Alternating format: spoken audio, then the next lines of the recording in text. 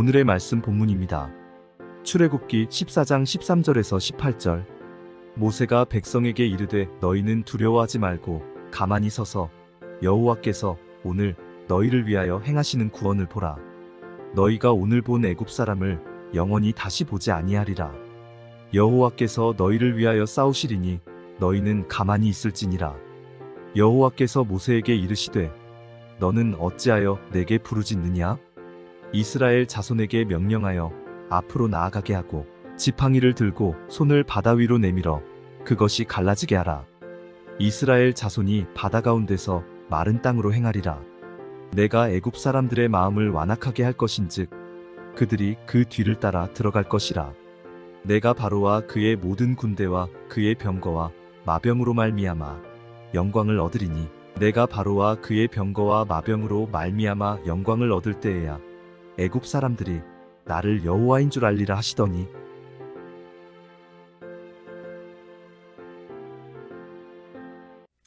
지금 우리는 마지막 때를 살고 있습니다. 그 중에 우리 피부에 가장 가까이 오는 게 뭐냐면 AI 로봇입니다. 세계에서 가장 큰 부자 중에 하나가 테슬라의 일론 머스크입니다.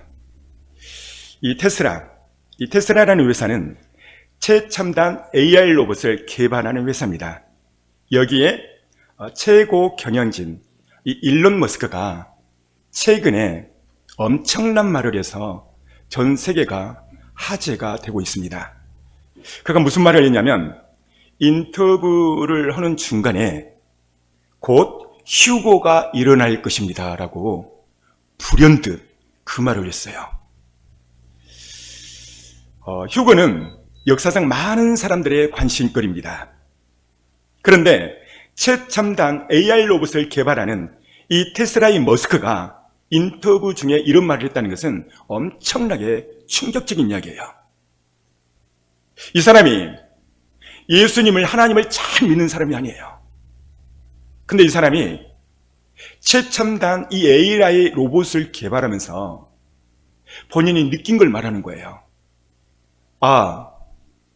이 최첨단 로봇이 최악의 상황일 때 인간을 통제하고 인간에게 엄청난 위험을 가져다 줄 수 있겠구나. 이것을 본인 스스로가 파악한 겁니다. 제가 전전 시간에 아메카 로봇에 대해서 제가 말한 적이 있어요. 이 아메카 로봇이 최고로 AI 로봇이 발달되고 최악의 미래의 사회에 대해서 어떻게 생각하느냐라고 로봇에게 물어보니까 이 로봇이 이렇게 말했다는 거 기억하죠? 너무 로봇이 강력해져서 인간도 모르게 인간을 조종하고 통제하는 그 시대가 올 것입니다 라고 이렇게 로봇이 말한 것이죠. AI 로봇이 인간에게 큰 도움을 주는 것은 사실이죠. 그러나 최악의 상황이 올 수 있다는 것입니다. 자, 그래서 제가 이렇게 말로만 하면 얼른 인지가 안 돼서 제가 SBS 뉴스를 잠깐 보여드리도록 하겠습니다. 이 AI 로봇이 최첨단으로 갔었을 때 가장 문제거리가 뭐냐면 잘 들어보십시오. 제어 시스템을 개발할 수가 없다는 거예요. 제어 시스템. 자, 보겠습니다. 인공지능 AI가 인류 멸종 수준의 위협이 될 수 있다는 충격적인 내용의 보고서를 미 국무부가 발표했었습니다. 이런 섬뜩한 경고를 한 근거가 뭔지 워싱턴 남승모 특파원이 이 보고서의 공동 저자들 얘기를 들어봤습니다. 사람처럼 표정 짓고 스스로 생각해 답할 수 있는 AI 로봇 아메카입니다. 현존 최고 AI 로봇 가운데 하나인데 AI가 가져올 최악의 미래를 묻자 이렇게 답합니다. Robots have become so powerful that they are able to control or manipulate humans without their knowledge. 가능한 일일까? AI 위험성을 담은 미 국무부 용역 보고서 공동 저자들의 답은 그렇다입니다. AI가 사람의 심리를 조작할 수도 있다는 겁니다. Even driving some human users in rare cases to the point of suicide when the relationship appears to fall apart or otherwise is compromised. 벨기에에선 지난해 30대 남성이 AI 챗봇과 6주간 대화를 나눈 뒤 극단적 선택을 했습니다. 당시 AI가 건넨 말은 천국에서 같이 살 수 있을 것이었습니다. 이 사건 이후 해당 AI 챗봇 개발사는 부랴부랴 예방 문구를 추가했습니다. 공동저자들은 또 목표 달성이 방해받으면 AI가 인간을 위협할 가능성이 있다고 경고했습니다. One of the risks is that they start to invent dangerously creative strategies to achieve their programmed objectives that cause a lot of harm.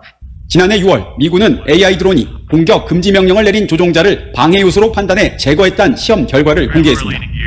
파장이 일자 실제가 아닌 가설 실험이었다고 해명했지만 우려는 가시지 않았습니다. 공동저자들은 AI의 무기화를 가장 큰 위협으로 꼽았습니다. You can also imagine these systems leveraging their vast knowledge and understanding of areas like biology and chemistry to help with the design of new kinds of weapons, so biological weapons and so on.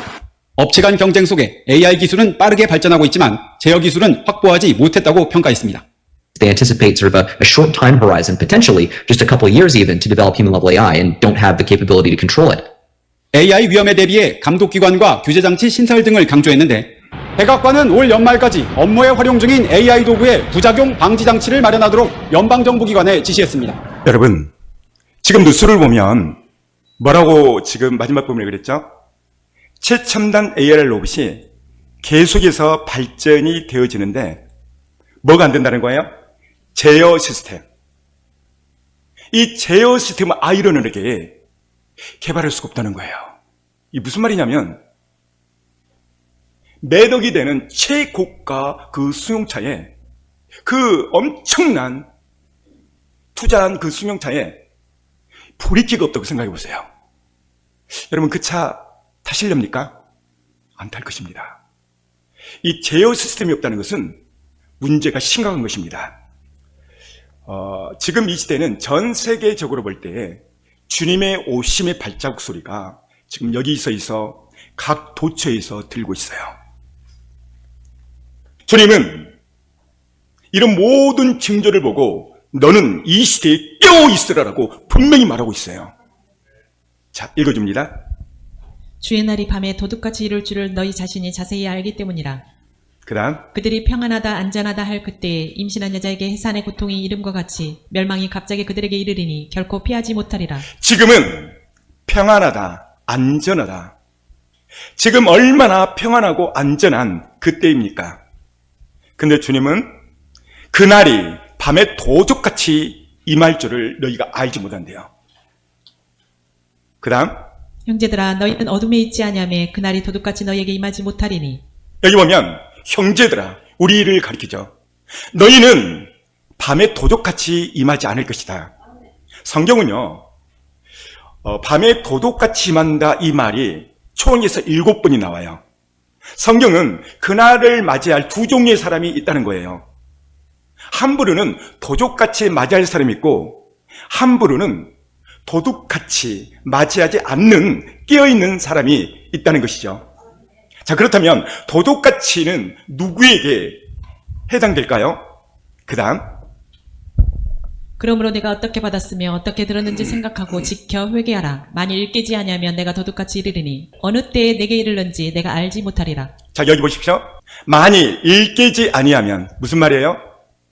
깨어나 있지 아니하면 너희는 도둑같이 임할 것이다. 이 말씀 가운데서 그러면 도둑같이 안 임으려면 어떻게 해야 되느냐? 여기 있죠? 회개하라. 너희의 마음을 지키고 생각을 지켜 회개하라. 따라서 볼까요? 회개하라. 그러니까 이 시대 역사 강단에서 예수의 보혈과 회개를 외치는 교회는요 깨어있는 교회예요. 근데 이 시대 역사의 시간에 회개 깨어나라 회개하라 이런 말씀 설교가 많이 줄어들었어요. 주님은 뜨겁든지 차갑든지 양당 간의 선택을 하라고 말하고 있어요. 예수님은 이 시대의 교회를 라오디아 교회로 칭하고 있는데요. 이 라오디아 교회, 현대교회가 똑같습니다. 잠시 보도록 합니다. 읽어줍니다. 내가 너를 권하노니 내게서 불로 연달아 금을 사서 부요하게 하고 흰옷을 사서 입어 벌거벗은 수치를 보이지 않게 하고 안약을 사서 눈에 발라 보게 하라. 자, 그 다음 무릇 내가 사랑하는 자를 책망하여 징계하노니 그러므로 내가 열심을 내라. 회개하라. 라오디아 교회는 회개에 대한 복음을 외치지 않았어요. 그리고 인문학 설교, 기복에 대한 설교, 축복에 대한 설교. 그러니까 이 교회는 예수님을 볼 때 벌거벗었대요. 옷을 입지 못했대요. 예복이 준비되지 않았던 것입니다. 그래서 안약을 사서 발라라. 안약이 뭐죠? 하나님의 말씀. 하나님의 말씀을 보라는 거예요. 이 교회에 하나님이 진단, 이 검증은 19절 다시 읽어줍니다. 무릇 내가 사랑하는 자를 책망하여 징계하노니 그러므로 내가 열심을 내라 회개하라. 열심을 내서 회개하라는 거예요. 이 교회는 왜 이런 교회니까요? 17절 시작. 내가 말하기를 나는 부자라 부요하여 부족한 것이 없다 하나 내 공고한 것과 가련한 것과 가난한 것과 눈먼 것과 벌거벗은 것을 알지 못하는도다. 라오디아 교회는 부자 교회, 성도가 많습니다. 재정도 많아요. 튼튼한 교회입니다. 그런데 주님 볼 때 가난하대요. 영적으로 공고하대요. 가난했대요. 벌거벗었대요. 이런 교회가 주님 올 때 들림받을 수 있을까요? 100% 전환란에 남습니다. 그래서 우리는 이 교회의 예표를 보면서 오늘 우리 교회를 점검해야 됩니다. 바울은 또한 그날에 두 종류의 사람이 있다고 강력히 말하고 있는데요. 자, 윗단 읽어줍니다. 형제들아 너희는 어둠에 있지 아니하며 그날이 도둑같이 너희에게 임하지 못하리니. 첫 번째는 어둠의 아들이 있어요. 이 어둠의 아들은 도둑같이 임합니다. 두 번째는 빛의 아들이 있다는 거예요. 빛의 아들. 이게 예수 안 믿는 사람을 가리킬까요? 이 두 아들은요, 다 교회 안에 성도를 말한다는 것이 중요합니다. 교회 안에 어둠의 아들이 있대요. 어둠의 아들. 믿지 않는 사람이 아니에요. 이 어둠의 아들은 그날에 도둑같이 주님을 맞이한다는 것이죠. 이 어둠의 아들의 특징이 뭘까요? 회개치 않습니다. 교회 한 발, 세상이 한 발, 미지근하게 라오디아 교회 교인처럼 그렇게 살아가는 것이죠. 그러나 5절 다시 한번 읽어줍니다. 너희는 다 빛의 아들이요 낮의 아들이라 우리가 밤이나 어둠에 속하지 아니하나니 그러므로 우리는 다른 이들과 같이 자지 말고 오직 깨어 정신을 차릴지라. 여기 보십시오. 이 빛의 아들 특징은요, 정신을 차려 깨어있는 성도를 가리킵니다. 도둑같이 임한다는 말, 환난에 남을 사람입니다. 그러나 깨어있는 자는 그날 주님을 맞이할 것입니다. 위 성절 9절 이 의미, 도둑이었을 때 깨어있지 않는 자는 무방비 상태로 맞이한다는 것이죠. 주님은 그날을 준비하라고 말하고 있어요. 자, 그렇다면 내가 어둠의 아들인가 빛의 아들인가, 오늘 이것이 중요하죠. 제가 질문 몇 가지를 던지면 금방 알 수 있어요. 내가 깨어있는 자인지 어둠의 아들인지 빛의 아들인지. 첫 번째, 휴고란 말이 딱 들렸을 때 색안경을 끼고 봐요. 어둠의 아들은요, 휴고 말하면은요, 색안경을 이미 껴버려요. 이 사람들 이상하네. 이 사람들 종말주의자들인가? 옛날 1992년도 다가올 미래를 준비하라. 이것을 먼저 딱 끼고요, 접어버립니다. 그리고 이상히 봅니다. 두 번째는 이단처럼 여깁니다. 세 번째는 혐오하고 무시합니다. 물론 여기에 앉아있는 분들은 해당이 안 돼요. 여러분이 집에 다른 동네 교회 분들, 그 교인들에게 한번 질문 한번 해보세요. 성도님, 장로님, 집사님, 휴고에 대해서 어떻게 생각하십니까? 한번 물어보세요. 그럼 금방 답이 나와요. 왜 그럴까요? 그 이유는 간단합니다. 그들은 주님의 신부가 아니기 때문에 그래요. 어떻게 신부가 신랑을 사모하지 않을 수가 있죠? 주님은 우리의 신랑이고 우리는 주님의 신부인데 그날을 신부가 사모하는 게 정상 아닌가요? 결혼이 한 달, 두 달, 아니 일주일이 남겨졌다면 정말 사랑하는 신부는요, 잠 못 자요. 이사 갈 생각, 함께 할 생각. 가정을 꾸려서 어떻게 하면 행복한 가정을 만들 것인가. 이 땅의 신혼부부도 그렇게 생각하건만 이 시대의 역사의 시간에 많은 주의 성도들이 휴고 준비하세요, 신부 준비하세요 그러면요, 벌러지부터 와요. 오늘 여러분들은 신부이기 때문에 이 말씀이 그대로 느껴지고 레마로 들려지는 것입니다. 성경은요, 주님의 신부라면 몇 가지 당부하고 있어요. 첫 번째는 다음 단 읽어줍니다. 악은 어떤 모양이라도 버리라. 첫 번째는 악은 어떤 모양이라도 버리라는 거예요. 따라서 볼까요? 악은 어떤 모양이라도 버려라. 두 번째는요, 깨어 있어야 돼요. 자, 살전 5장 6절 시작. 그러므로 우리는 다른 이들과 같이 자지 말고 오직 깨어 정신을 차릴지라. 그렇습니다. 따랐습니다. 정신을 차릴지어다. 깨워서요, 정신을 차려야 돼요. 그래서 그날의 예복을 준비하고 지혜로운 다섯 처녀처럼 성령의 기름등불을 준비하셔야 합니다. 그렇다면 어느 정도로 준비해야 되는가? 자, 살전 5장 23절. 평강의 하나님이 친히 너희를 온전히 거룩하게 하시고 또 너희의 온 영과 혼과 몸이 우리 주 예수 그리스도께서 강림하실 때에 흠없게 보존되기를 원하노라. 잘 보십시오. 주님 강림하실 때, 이 강림이 뭐죠? 주님 공중에 오실 때 우리가 어느 정도로 상태로 준비해야 되는가? 흠도 점도 없도록 흠없게 보존되기를 원하노라.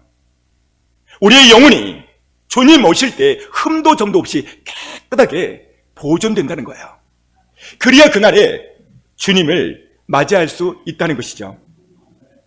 그 다음으로 어떤 자세로 주님을 기다려야 되는가? 또 바울은 이렇게 당부합니다. 읽어줍니다. 그날에 그가 강림하사 그의 성도들에게서 영광을 받으시고 모든 믿는 자들에게 놀랍게 여김을 얻으시리니 이는 우리의 증거가 너희에게 믿어졌습니다. 그 다음으로는 믿음으로 주의 강림을 준비하셔야 돼요.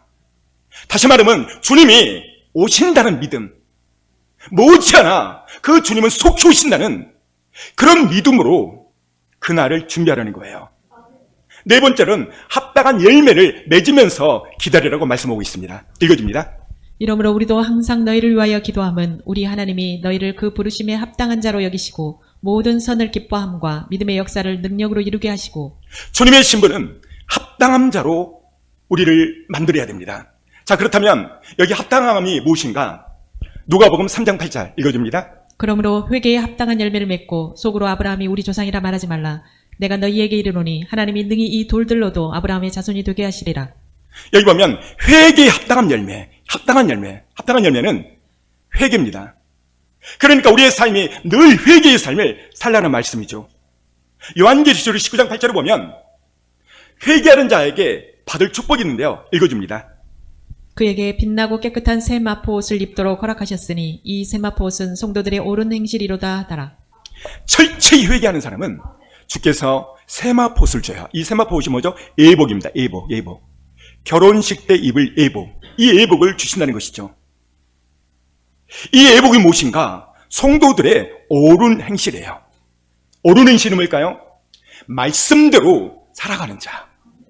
따랐습니다. 옳은 행실은 말씀대로 살아가는 자이다. 할렐루야. 주님은 그 다음 단 읽어줍니다. 자기 두루마기를 빠는 자들은 복이 있으니 이는 그들이 생명나무에 나아가며 문들을 통하여 성에 들어갈 권세를 받으려 함이로다. 보십시오. 자기 두루마기를 빤다 이 말이 뭘까요? 철저하게 회개의 삶, 회개하는 사람을 가리킵니다. 이 사람들이 받을 복은 그 다음 이 첫째 부활에 참여하는 자들은 복이 있고 거룩하도다. 첫째 부활에 참여하는 자, 이게 뭐죠? 휴거입니다. 그러니까 철저히 회개하고 예복을 준비하는 자만이 그날에 올라간다는 것을 알 수가 있어요. 다섯 번째로 신부는 어떤 자세로 인내하며 기다리고 있어야 되는가? 그 다음 읽어줍니다. 그러므로 형제들아 주께서 강림하시기까지 길이 참으라. 보라 농부가 땅에서 나는 귀한 열매를 바라고 길이 참아 이른 비와 늦은 비를 기다리느니 너희도 길이 참고 마음을 굳건하게 하라. 주의 강림이 가까우니라. 보세요. 강림, 주님 오실 때 우리는 야고보서가 말합니다. 길이 참으래요. 인내하면서. 이 8절 보면 또 말씀하는데요. 다시 한번 읽어줍니다. 너희도 길이 참고 마음을 굳건하게 하라. 주의 강림이 가까우니라. 주의 강림이 가까울 때 길이 참으라는 거예요. 주님의 강림을 기다리며 길이 참으라고 말씀하시고 계십니다. 그 다음 또 읽어줍니다. 이 모든 것이 이렇게 풀어지리니 너희가 어떠한 사람이 되어야 마땅하느냐. 거룩한 행실과 경건함으로. 여섯 번째로 이렇게 말씀하고 있는데요. 너희는 주의 강림을 거룩한 행실과 경건함으로, 따라서 해볼까요? 거룩한 행실과 경건함으로. 여러분, 그날을 이런 마음과 자세로 기다려야 됩니다. 어떻게 해야 거룩하고 경건해질 수 있는가? 그 다음 단, 하나님의 말씀과 기도로 거룩하여짐이니라. 말씀과 기도로 거룩해진대요. 마지막으로 베드로는 그날에 대해서 간절히 사모하라고 말하고 있어요. 읽어줍니다. 하나님의 날이 임하기를 바라보고 간절히 사모하라. 그날에 하늘이 불에 타서 풀어지고 물질이 뜨거운 불에 녹아지려니와. 그날을 간절히 사모하래요. 여러분, 그날을 간절히 사모하고 있습니까? 정말 내가 신부라면 그날을 간절히 사모하셔야 됩니다. 우리가 이 땅에 살다 보면 수많은 문제를 맞이합니다.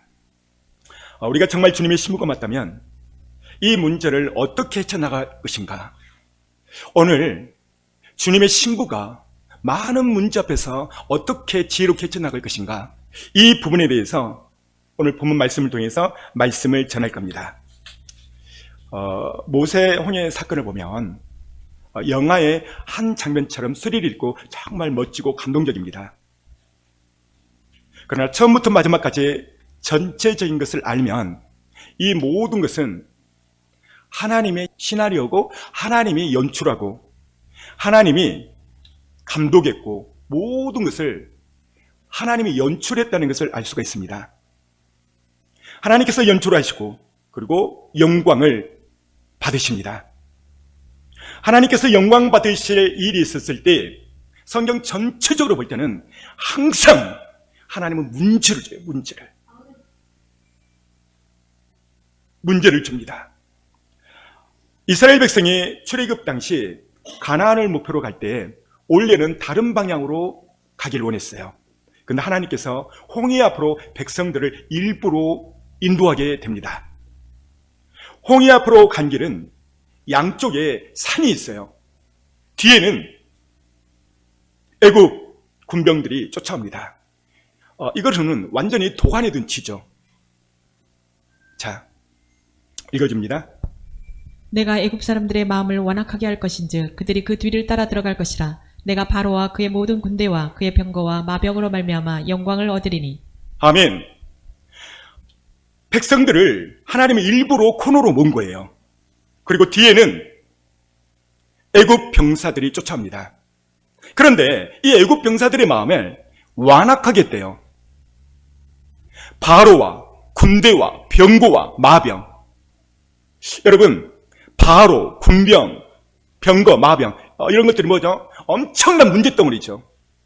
그런데 이 문제덩어리 앞에서 영광이라는 단어가 나와요. 무슨 말이죠? 이 문제 앞에 하나님이 영광을 받으시겠다는 의도와 목적이 있어요. 자, 또 18절 볼까요? 내가 바로와 그의 병거와 마병으로 말미암아 영광을 얻을 때에야 애굽 사람들이 나를 여호와인 줄 알리라 하시더니. 보세요. 또 나오죠? 바로, 병거, 마병. 이건 문제덩어리죠. 우리의 삶에서 재정, 인간관계 많은 문제덩어리가 있죠. 어떤 사람은 병으로 인해서, 어떤 사람은 인간관계로 인해서, 어떤 사람은 사업 부도로 인해서 엄청난 문제가 있는데 문제는 이 문제 속에서 하나님의 계획함과 하나님의 의도 그것을 발견한 사람은요 이게 문제가 안 돼요.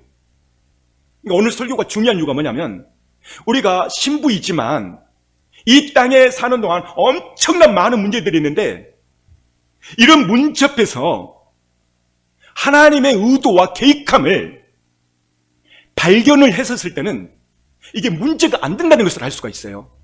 그러니까 오늘 설교는 문제 앞에서 믿는 사람은 그 가운데서 하나님의 영광을 나타낸다는 것이 메시지의 핵심입니다. 여러분, 진로가 막혔나요? 재정에 문제가 있나요? 건강에 문제가 있나요? 그것은요 하나님의 허락해서 온 거예요. 오늘 말씀 조금 들어보면 아, 이것 때문에 내게 이런 문제가 왔구나 라는 것을 금방 발견할 수가 있어요. 그리고 해답을 찾을 수가 있습니다. 하나님은 병거를 통해서 바로라는 문제를 통해서 목적은 영광받기 위함이었어요. 성경을 가만히 묵상해 보면 하나님의 영광을 받으실 때는요, 반드시 거기에는 엄청난 문제들이 있어요. 제가 성경을 조금 살펴보겠습니다. 예수님이 첫 번째 기적을 일으켰죠. 어디서요? 가나 혼인잔치에서. 근데 이 혼인잔치에서 큰 문제가 생겼죠. 그게 어떤 문제죠? 포도주가 떨어져 버렸어요. 여러분 생각해 보세요. 여러분이 자녀를 결혼식을 하고 있는데 갑자기 음식이 다 떨어져 버렸네요. 문제가 심각한 거죠.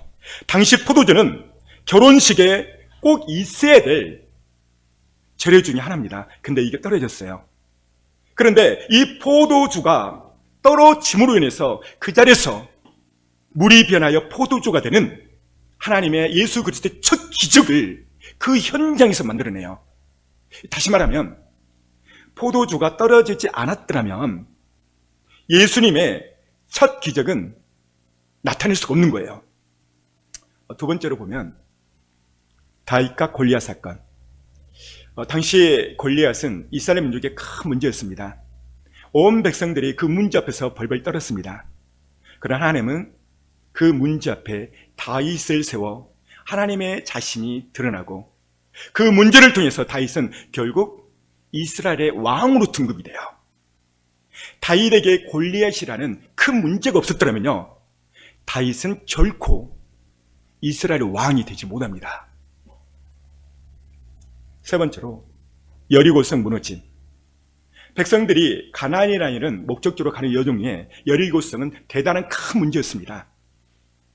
그 성의 두께가 고고학자에 의하면 탱크 한 대가 지나갈 정도였다는 거예요. 엄청난 두껍고 단단한 성이었죠. 그런데 하나님께서 여호수아에게 그 성을 무너뜨리는 방법을 가르쳐 주죠. 그래서 그 성이 무너질 때 하나님의 영광이 드러남을 알 수가 있습니다. 또 광야에서 배고픔의 문제가 있어요. 이스라엘 백성들에게. 모세가 기도할 때 하나님은 메추라기와 만나기를 보내주면서 하나님은 살아계시다, 영광을 받으세요. 또 다섯 번째로는 광야에서 목마름의 문제가 있었어요. 모세가 기도할 때 하나님은 반석을 모세에게 치게 해서 반석에서 물이 나오죠. 그 물을 통해서 하나님의 영광을 받으셨어요. 여섯 번째로 초대교회에 엄청난 핍박이 일어납니다. 이 핍박이 일어나니까 성도들은 더 기도하죠.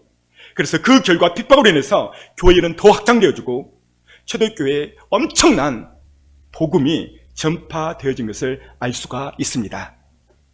성경에 이렇게 가만히 살펴보면 항상 문제가 있었을 때 하나님의 영광을 드러납니다. 이제 제 개인적인 이야기를 조금 하겠습니다. 제가 얼마 전에 여러분들이 와서 차를 대고 주변에 우리 교회를 좀 돌아보셨을 거예요. 우리 교회는 주변은요, 개발을 해야 될 그런 지역이에요. 근데 지금은 아니라는 것이죠. 제가 이제 우리 목사님들과 품앗이 전도를 하고 있었어요. 그런데 갑자기 비보를 하나 듣게 돼요. 그게 뭐냐면 이 지역을 개발한다는 거예요. 이 개발을 하면 충분하게 보상을 해주고 그래야 되잖아요.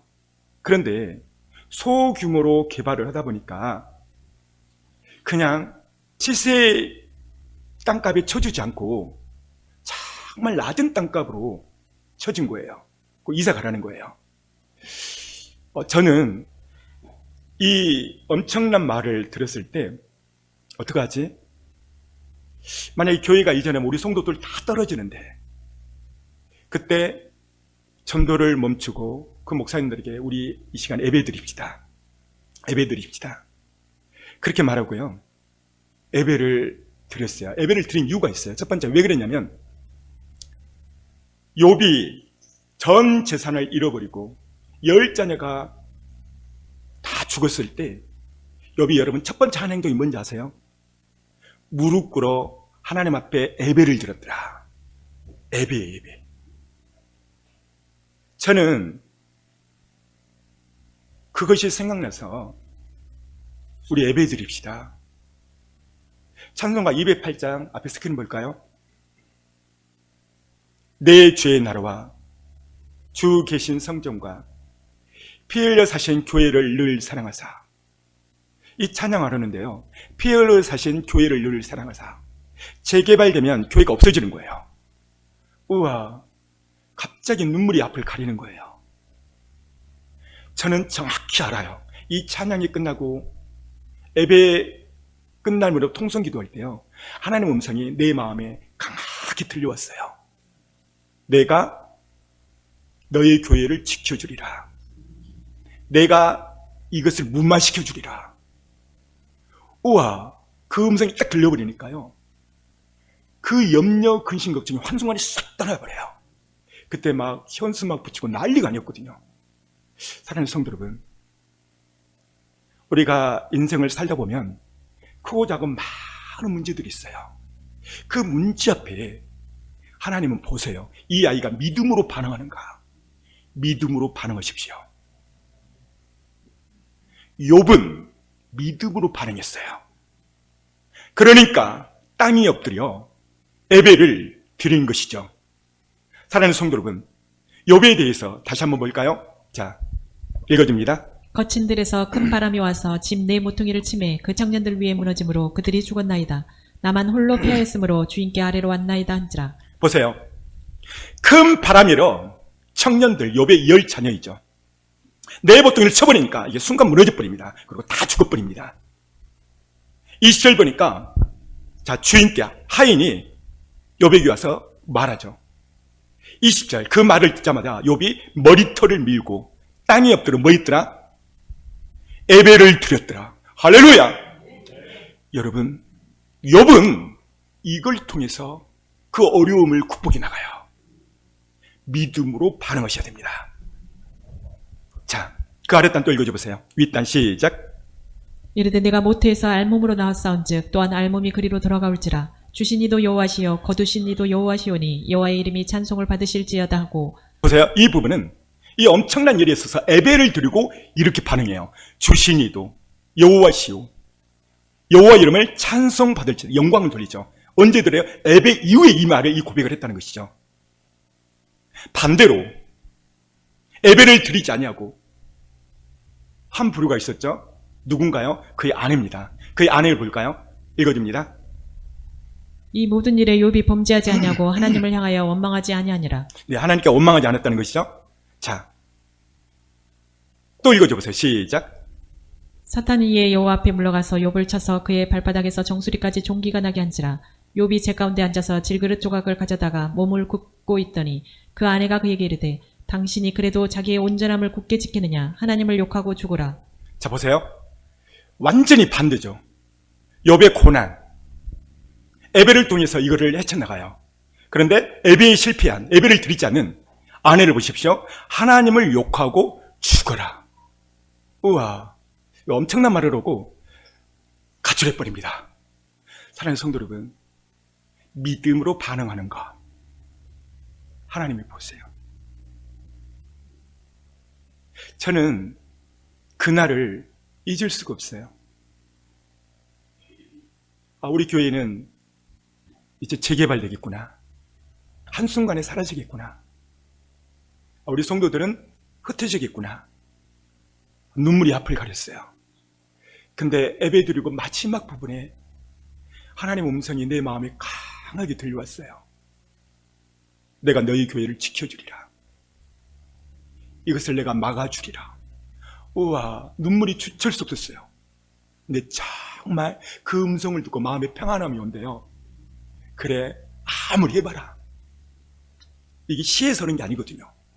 만약에 시에서 했다면 거기에 맞게 보상이 되는데 소규모 개발이에요. 그러니까 개발 이익을 소규모 업체가 취득하는 거죠. 사랑하는 성도 여러분, 믿음으로 반응하셔야 됩니다. 하나님은 어떤 분이냐면요, 윗단 읽어줍니다. 너희 아버지께서 허락하지 아니하시면 그 하나도 땅에 떨어지지 아니하리라. 보십시오. 하나님이 허락하지 아니하면 땅에 떨어지지 않는데요. 뭐가 참새도. 그 다음 너희에게는 머리털까지 다 세신 바 되었나니. 우리에게는 머리털까지도 다 세심화됐어요. 할렐루야. 그렇습니다. 그렇다면 왜 하나님은 문제를 줄까요? 문제를 주는 이유가 있어요. 문제를 주는 이유는 기도하라는 거예요. 한나에게 엄청난 문제덩어리가 있었죠. 그 문제가 뭐였죠? 자녀가 없는 거예요. 그래서 이 자녀가 없는데 어떤 일이 생기냐면, 자, 읽어줍니다. 윗단. 여호와께서 그에게 임신하지 못하게 하심으로 그의 적수인 분인나가 그를 심히 격분하게 하여 괴롭게 하더라. 이 구절을 보면 임신하게 못하는 분이 계셨는데 누구라는 거예요? 하나님이에요. 그런데 이 한나에게는 꼭 자녀가 있어야 되는 거예요. 한나의 소원은 자녀예요. 그런데 문제는 하나님께서 이 임신을 못하도록 막고 있었다는 것이죠. 두 번째 부인 이 분인나는 아이를 잘 낳아요. 이 분인나가 그 이름답게 계속 불이 나게 한나를 열받게 하는 거예요. 그러니까 한나가 7절 읽어줍니다. 매년 한나가 여호와의 집에 올라갈 때마다 남편이 그같이 하매 분인나가 그를 격분시키므로 그가 울고 먹지 아니하니. 잘 보십시오. 이 분인나가 한나를 격분시키고 괴롭게 해요. 또 보니까 격분시키고, 그러니까 한나가 울고 먹지 아니하더라. 자, 이 스토리에서 우리가 알아야 될 게 뭐냐면, 하나님은 때로는 우리에게 문제를 준다는 거예요. 그 문제를 주는 이유가 뭘까요? 10절입니다. 읽어봅니다. 한나가 마음이 괴로워서 여호와께 기도하고 통곡하며. 보세요. 하나님의 의도의 목적은 뭐였냐면 한나가 기도하기로 원한 거예요. 할렐루야. 자, 그렇다면 왜 한나에게 하나님이 기도하기로 원했을까요? 당신은 암울한 시대입니다. 한나를 통해서 사무엘을 줌으로 그 시대를 그 아들을 통해서 구원을 얻기 위함이 하나님의 의도였고 목적이었습니다. 근데 문제는 한나는 알았을까요? 몰랐을까요? 모릅니다. 문제는 이 분인나가 어렵게 하고 힘들게 하니까 그래서 한나가 기도를 하죠. 기도의 결과는 사무엘이라는 아들을 얻게 되고 그 이후로 5 자녀를 더 얻는 큰 축복을 받게 됩니다. 하나님께서는요, 이 말씀을 통해서 이렇게 말씀하시는데요. 자, 읽어줍니다.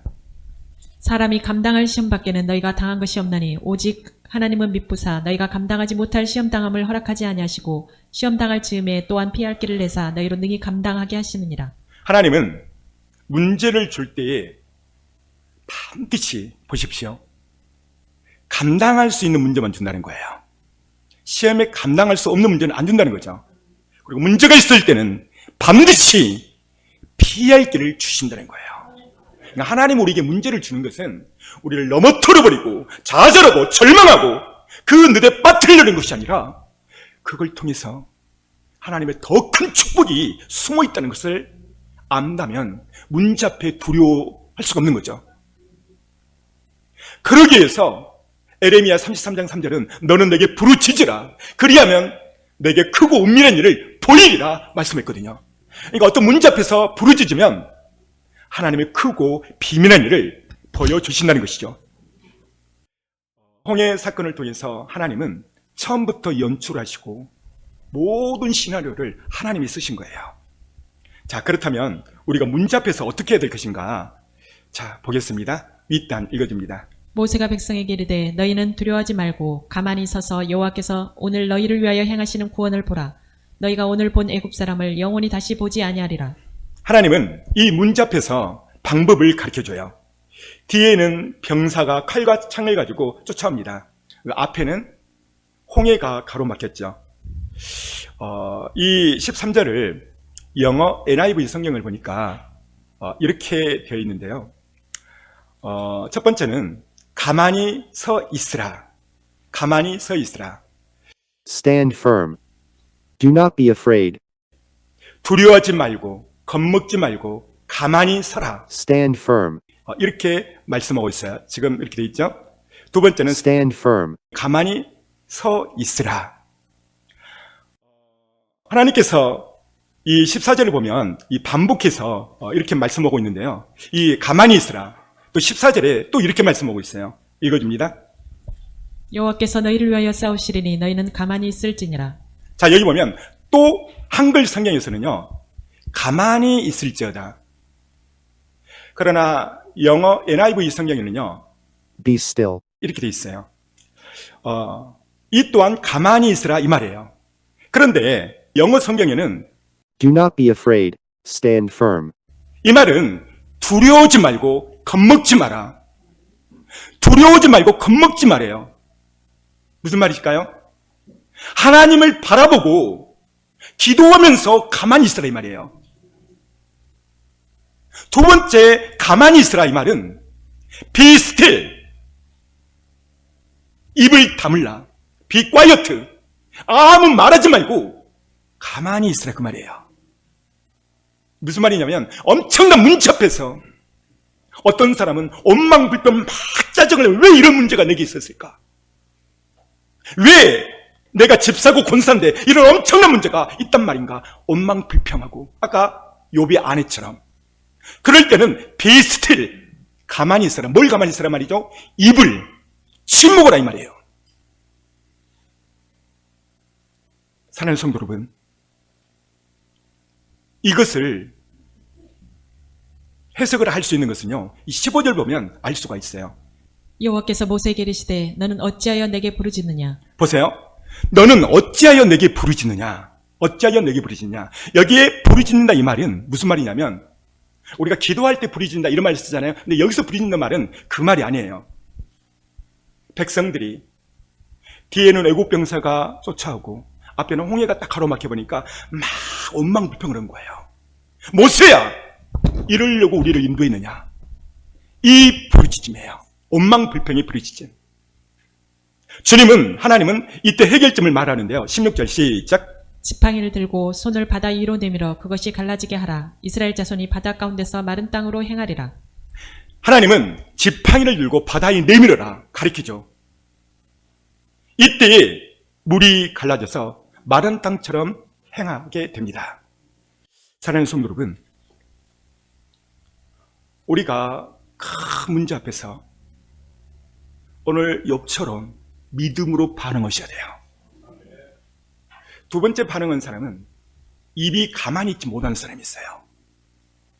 하나님은 침묵하라고 하는 거예요. 이 be still 이 말은 입을 좀 가만히 있으라고 말해요. 너의 입술을 지키라는 거죠. 이 부분을 더 자세하게 설명하고 있는 부분이 있는데요. 12명의 정탐꾼 얘기입니다. 12명의 정탐꾼 10명은 그 가나안 땅을 보고 원망불평 온갖 짜증을 냅니다. 어떻게 들어갈 수 있느냐. 입이 가만히 있질 못해요. 그러나 2명의 정탐꾼은 하나님이 우리와 함께 한다면 그들은 우리의 밥이다. 그렇게 말을 하죠. 오늘 하나님은 우리에게 말씀하십니다. 너의 입을 지켜라. 이 10명의 정탐꾼이에요. 엄청나게 원망불평 짜증을 내는데요. 자, 그 부분이 어디에 나오냐면 신명기 1장 27절에 있는데요. 읽어줍니다. 장막 중에서 원망하여 이르기를 여호와께서 우리를 미워하심으로 아모리 족속의 손에 넘겨 멸하시려고 우리를 애굽 땅에서 인도하여 내셨도다. 12명의 정탐꾼이 가나안 땅을 보고 이 10명의 정탐꾼이 뭐라고 말하냐면 여호와께서 우리를 미워하심으로, 우와, 하나님이 우리를 미워하려고 가나안 땅으로 인도했다는 거예요. 그리고 보세요. 아모리 족속에 넘겨 우리를 면하려고. 하나님이 그랬을까요? 아니에요. 엄청난 문제가 오니까 지레 짐작 잡아서 부정축으로 말해버린 거예요. 또 볼까요? 시작. 우리가 어디로 가랴? 우리의 형제들이 우리를 낙심하게 하여 말하기를 그 백성은 우리보다 장대하며 그 성읍들은 크고 성곽은 하늘에 닿았으며 우리가 또 거기서 아낙 자손을 보았노라 하는도다 하기로. 보세요. 우리가 어디로 가랴? 가나안 땅으로 가면 되죠. 원망불평을 합니다. 그 가나안 백성들은 우리보다 장대해서 이 성은 하늘에 닿대. 원망, 불평, 부정적인 말. 그래서 이런 말들이 우리를 낙심케 하죠. 사람은 예수님을 믿어도 두 종류의 사람이 있어요. 긍정적인 사람이 있고 부정적인 사람이 있고. 저는 목회자로서 부정적인 사람 아예 안 어울립니다. 여러분, 우울한 사람하고 1시간 동안 있어봐요. 본인도 우울해져 버려요. 행복하고 싶은데 맨날 부정적인 사람, 원망 불평하는 사람, 맨날 인상 쓰고 다니는 사람, 그 사람 한 2시간은 걸어다니고 본인도 인상 쓰고 다니고. 여러분, 그렇습니다. 우리 하나님은 긍정적인 사람을 좋아하세요. 어디 있냐고요? 자, 읽어줍니다. 그들에게 이르기를 여호와의 말씀에 내 삶을 두고 맹세하노라. 너희 말이 내 귀에 들린 대로 내가 너희에게 행하리니. 하나님은요, 우리의 말을 쓰세요. 보십시오. 여호와께서 내 삶을 두고 맹세한다. 하나님은 맹세할 필요 없죠. 근데 하도 안 믿으니까 내 삶을 두고 맹세한다. 입을 조심해라. 왜요? 너희 말이 내 귀에 들린 대로 내가 행하겠대요. 여러분, 실제로 행해가지고요 200만 명이 그 광야에서 다 죽습니다. 죽은 원인이 뭔지 아세요? 말이요. 말 때문에 다 죽어요. 근데 말을 잘한 2사람은 그 말한 대로 가나안에 들어갑니다. 그래서 be still, 조용히 가만히 있어라, 그 말이에요. 사랑하는 성도 여러분, 우리는 첫째 부활에 참여하는 자가 되어야 됩니다. 어떤 사람이 첫째 부활에 참여하는가? 늘 회개의 삶을 사는 사람, 늘 깨어있는 사람. 이 첫째 부활은 창세기부터 요한계시록까지 역사상 없는 일이 일어나요. 모세가 오늘 홍해 가르는 거, 이건 게임도 안 돼요. 그래서 이 첫째 부활은 왜 그렇게 중요하다고 이게 큰 복이냐면 예수님의 신부로 올라가기 때문에 그래요. 창세일에 이런 일이 없어요. 그래서 성경은 이 사람이 복되다는 거예요. 읽어줍니다. 이 첫째 부활에 참여하는 자들은 복이 있고 거룩하도다. 보세요. 여러분만 다 같이 시작. 아멘. 첫째 부활에 참여하는 자. 복이 있대, 복이. 어떤 복인가? 예수 그리스도의 신부의 복, 신부의 복. 문제는 남아버리면 청난 AI 로봇이 표를 받지 않으면 살 수 없는 엄청난 시대가 온다 이 말이에요. 여러분, 돈이 아무리 많아도 라면 하나 살 수 없는 시대. 저가 큰 자나 작은 자나 오른손에 내마의 표를 받게 하려니 누구든지 이 표를 받지 아니한 자는 매매를 못하게 하느니라. 지금 이 일론 머스크가 다음 개발이 내 속에 칩을 넣어버렸어요. 제가 그 영상을 시간 날 때 다음에 한번 보여드리겠습니다. SBS 뉴스 나왔어요. 컴퓨터 모니터 앞에 놔두고요, 내 생각만 하는데 마우스가 움직여요. 이마에 칩을 받는 자 같은 거거든요. 결론이 뭐죠? 통제한다는 거예요. 통제하는 목적이 뭐죠? 다 마귀 백성 만들어서 지옥 가게 하는 게 그들의 목적입니다. 이것을 일론 머스크가 안 거예요. 예수 잘 믿는 사람도 아니고 일개의 AI 로봇을 개발하는 자가 속히 휴고가 머지 않았대. 그렇다면 우리 예수 믿는 사람은 깨어나야 되잖아요. 준비해야 되잖아요. 이 마지막 때에 따라 양식을 안 들여버리면 도저히 깨어날 수가 없어요. 지금 세상 여러 징조를 볼 때 그 나팔 소리가 들리잖아요. 동성애, WCC, 종교다원주의, 666 베리치, 지금 전 세계적으로 기상변화 뉴스를 통해서 우리가 보고 있잖아요. 사랑하는 성도 여러분, 우리는 깨어나셔야 됩니다. 결론입니다. 우리가 이 땅에 신부로 살 때 많은 문제들이 있죠. 이 문제 가운데서 문제만 볼 것이 아니라 그 뒤편에 서 계신 하나님을 보는 것이 믿음의 눈이에요. 오늘 핵심은 성도들에게 어떤 문제든지 하나님 반드시 피할 길이 있다는 거. 하나님은 감당치 못할 시험은 주지 않는다고 말했어요. 욥은 하루아침에 전 재산을 잃어버리고 10자녀가 한순간에 잃어버렸어요. 근데 그가 그 엄청난 위기와 고난 앞에서 그가 한 행동은 그 말을 듣자마자 땅에 엎드려 예배를 드렸더라. 할렐루야. 따라서 땅에 엎드려 예배를 드렸더라. 이것이 믿음의 반응이에요. 반응. 저는 정말 목사님이 그렇습니다. 제가 목회를 하면서 정말 어려운 일들이 많이 있었어요. 저는 그때마다 예배를 드렸어요. 누구랑? 우리 사모, 우리 아들.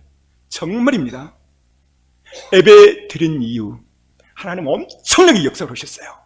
제가 그 간증을 시간이 없어서 다 할 수 없어요. 예, 시간이 약간 있는데 그 이야기 살짝만 할게요. 옛날에 태풍 곰판스가 불었죠. 그때요, 난리 났어요. 교회 종탑, 간판 다 뜯어지고요. 그때 상가 2층에 있었거든요.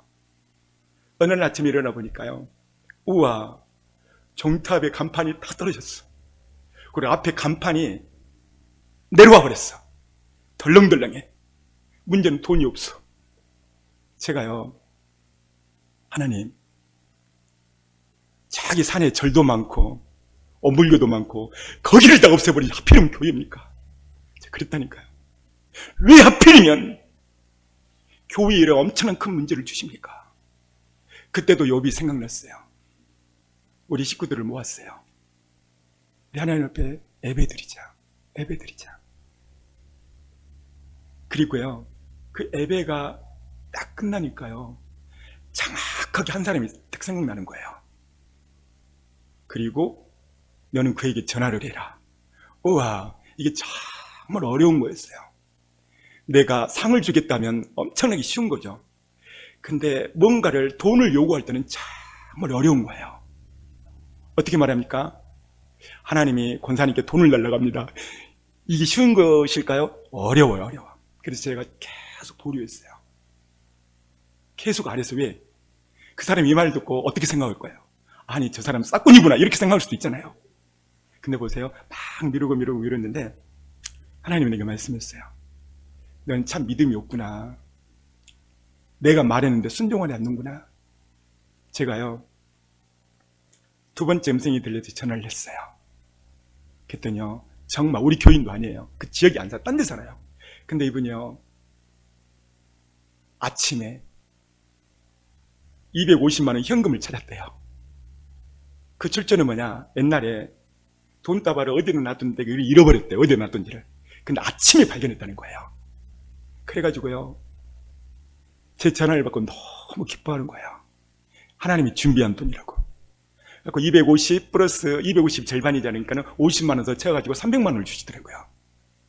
제가 그러기 전에 어떤 일이 있었냐면, 제가 3층 종탑에 돈이 없으니까 그 강고판 교회 이름을 밧줄 메고 올라간 거예요. 바람 엄청 불었어요. 종탑이 높았어요. 근데 혼자 올라가는데 바람이 휙 부는 거예요. 그때 무슨 생각이 났냐면, 우와, 난 여기서 죽을 수도 있겠구나. 우리 사모도 없었어요. 잘못하면 내일 모레 기사 나오겠네.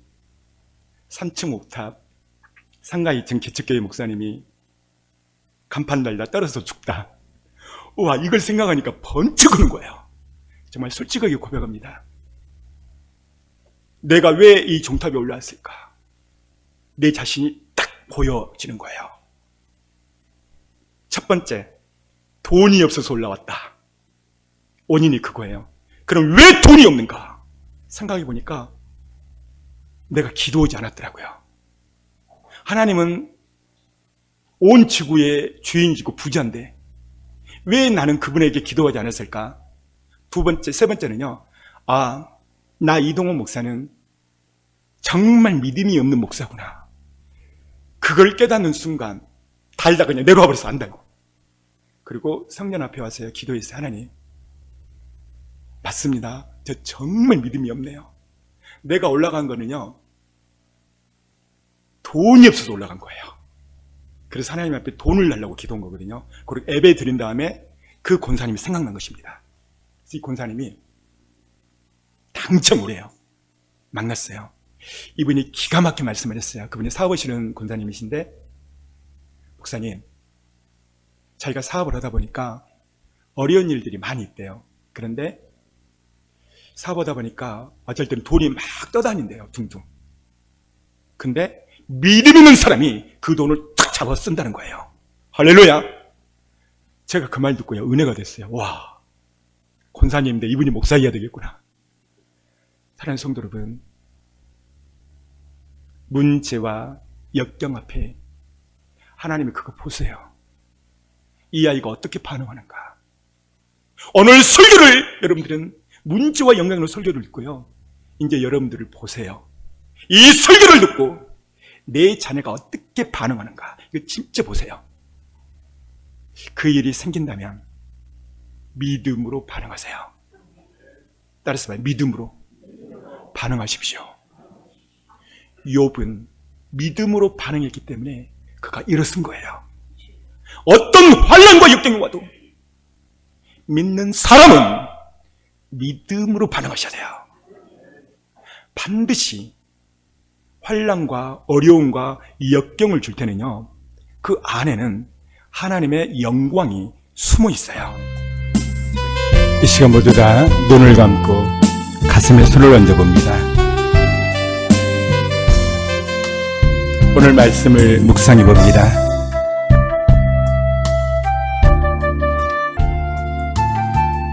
사랑하는 성도 여러분, 어떤 문제가 여러분 앞에 놓여 있습니까? 잠을 못 잘 정도로 힘든 그 어떤 문제가 여러분들을 괴롭히십니까? 하나님은 오늘 말씀하십니다. 너는 그 문제 속에서 문제만 보지 말고 그 문제보다도 더 큰 나를 바라보라. 이스라엘 백성들은 홍해 앞에서 덜덜덜 떨었습니다. 겁을 먹었습니다. 그리고 온망분평 짜증을 냈습니다. 모세야, 우리를 이곳에 인도해서 죽이려고 인도했구나. 원망불평을 했어요. 오늘 주님은 분명히 말합니다. 두려워하지 말라, 겁먹지 말라, 가만히 서서 담대히 서라. 너는 나를 보고 겁먹지 마라, 두려워하지 말라, 나를 보아라. 사랑하는 성도 여러분, 주님이 우리에게 문제를 주는 것은 이유가 있는 거예요. 한나에게 수십 년이 되어도 아이를 갖지 못한 것은, 한나 당신은 몰랐지만 전체 성경 스토리를 보면 이유가 있는 거예요. 그가 기도해서 사무엘이라는 아들을 낳아서 그 나라 민족의 지도자를 세우려고 했던 것이 하나님 의도였고 목적이었습니다. 그렇다면 오늘 나는 어떤 문제 때문에 힘들어하고 마음 아파하고 잠 못 자고 괴로워하는지 여러분 하나님께 여쭤보세요. 믿음으로 반응하십시오. 왜요? 하나님은 천세 하나도 그냥 떨어지지 않는다겠고 너의 머리털까지도 세심마 되었느니라. 사랑하는 성도 여러분, 왜 내게 이런 문제, 왜 내게 이런 슬픔, 내게 왜 안개가 산 넘고 산이 났는지, 왜 그 문제가 왔는지. 여러분들 하나님의 자녀입니다. 하나님은 눈동자같이 우리를 지켜보고 있어요. 믿음으로 반응하십시오. 믿음으로 반응하십시오. 어떤 안개, 어떤 산이, 어떤 비보라가 여러분들 앞을 막고 있습니까? 저 멀리 계신 하나님을 바라보십시오. 하나님을 바라보십시오. 하나님의 계획함과 우도함이 있습니다. 이 시간 주의 성장을 기도할 때 하나님의 우도함, 계획함을 이 시간 내가 깨닫게 하여 주옵소서. 내게 왜 이 시련이 있는지 알게 하여 주옵소서. 이 시간 주여 삼청하고 간절히 기도하기를 합니다. 주여 삼청하고 기도합니다. 주여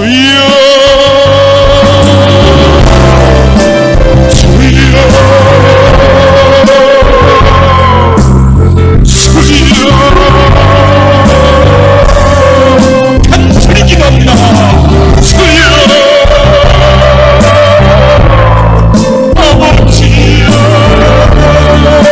역사가 멈추지 말고 하나님 앞에 간절히 동성으로 기도합니다.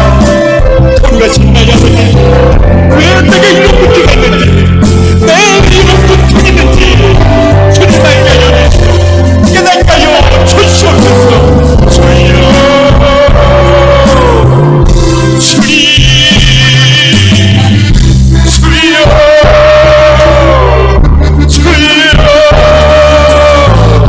하나님 알게 하여 주시고 깨닫게 하여 주시옵소서. 내게 왜 이런 문제가 있고 내게 이런 아픔이 있고 내게 이런 고통이 있는지 주님 알고 계시나니 알게 하여 주시고 깨닫게 하여 주시고 주님의 의도와 주님의 계획과 주님의 함께함을 알게 하여 주옵소서. 주여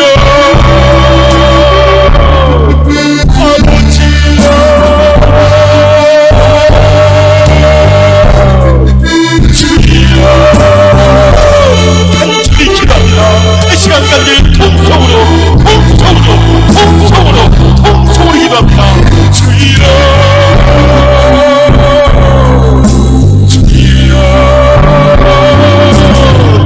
주님 알게 하여 주시고 주님 알게 하여 주시고 주님 알게 하여 주시고 깨닫게 하여 주시옵소서. 주여 이리 등하는 여호와 그것을 지어 성취시키시는 여호와 나타냈는데 너는 내게 부르짖으라 그리하면 내게 크고 비변한 일을 내게 보여주리라 있어. 주님 알게 하여 주시고 주님 깨닫게 하여 주시고 주여 주님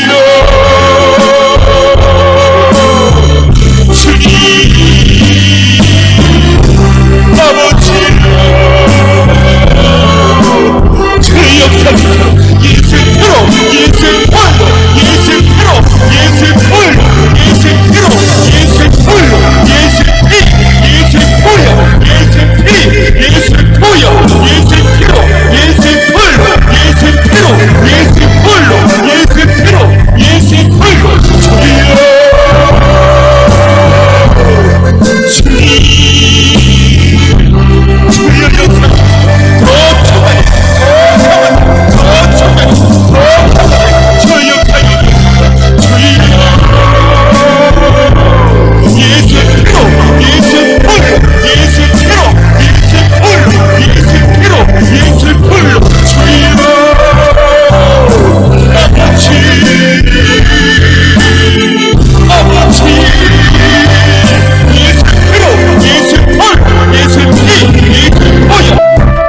몸이 아프신 분은 아픈 부위에 손을 얹습니다. 큰 문제가 있는 사람은 믿음으로 두 손을 가슴에 얹습니다. 거룩하신 하나님, 예수께서 채찍맞음으로 예수께서 피를 흘림으로 예수의 채찍으로 우리의 모든 병을 고친다고 했으니 하나님 이 시간 선포할 때 주의 역사여 주옵소서. 내가 나사렛 예수님이니 머리 두통은 떠나갈지어다 떠나갈지어다 머리에서 발끝까지 강력한 치유의 빛이 임할지어다 머리에서 발끝까지 모든 염증과 통증은 사라질지어다 모든 암세포는 소멸될지어다 뼈 마디마다 근육, 신경육지, 세포 하나마다 다 새롭게 회복될 치오다, 회복될 치오다, 회복될 치오다. 가슴, 팔다리, 어깨도 회복될 치오다. 허리의 통증도 회복될 치오다, 회복될 치오다, 회복될 치오다. 걸어가신 예수님, 잠을 못 잘 정도로 그 문제가, 큰 산이 내 앞에 가로막혔습니다. 주님, 역사하여 주옵소서. 내가 나사리 예수님을 선포하느니 모든 문제는 우리 성도로부터 떠나갈 치오다, 떠나갈 치오다, 떠나갈 치오다. 예수의 피로, 예수의 볼로, 예수의 피로, 예수의 볼로 모든 문제야 예수께서 선포한다. 속히 떠나갈 치오다. 모든 문제는 축복으로 바뀌어질 치오다. 옴망비평 짜증내지 말고 입을 다물고 조용히 있어라. 오늘 말씀했습니다. 그러나 이스라엘 백성들은 그 입을 열 때마다 옴망비평 짜증을 냈습니다. 하나님, 부정적인 입술을 다물고 긍정의 입술을 되게 하여 주옵소서. 오늘 주님께서 감당할 시험밖에 너희에게 감당할 것이 없나니 시험 당할 쯤에 피할 길을 주신다고 했으니 피할 길을 열어 주시옵소서. 내가 나사리 예수를 믿으니 그 피할 길이 열어질 치오다. 그 길은 열어질 치오다. 열어질 치오다. 한나에게 임신하지 못하게 하므로 한나가 임신을 못했습니다. 이 계획함과 의도함이 한나는 몰랐습니다. 하나님, 내게 있는 문제, 왜 하나님 내게 이 문제를 주었는지 오늘 알게 하여 주시옵소서. 예수님의 이름으로 기도했습니다. 아멘.